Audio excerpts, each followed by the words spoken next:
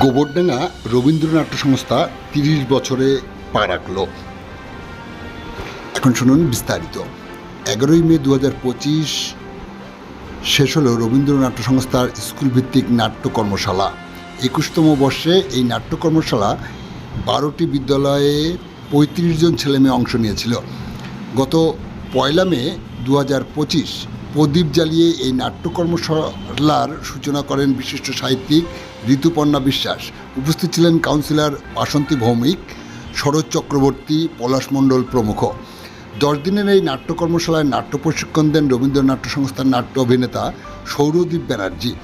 10 দিনে ছোটরা একটি নাটক প্রস্তুত করেন বাদল সরকারের নট্যমালার উপরে। শেষ দিন অর্থাৎ 11ই মে নাটকটি মঞ্চস্থ হয়।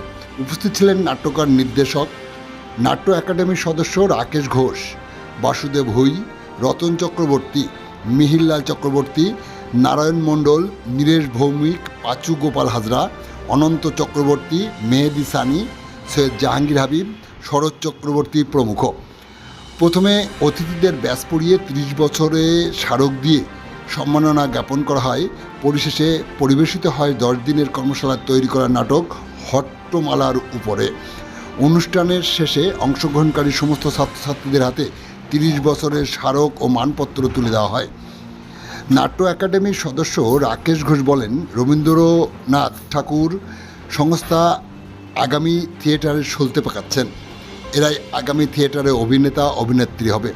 এটা অন্য সাধারণ কাজ। তিনি রবীন্দ্রনাথ নাট্য সংস্থাকে ধন্যবাদ জানান।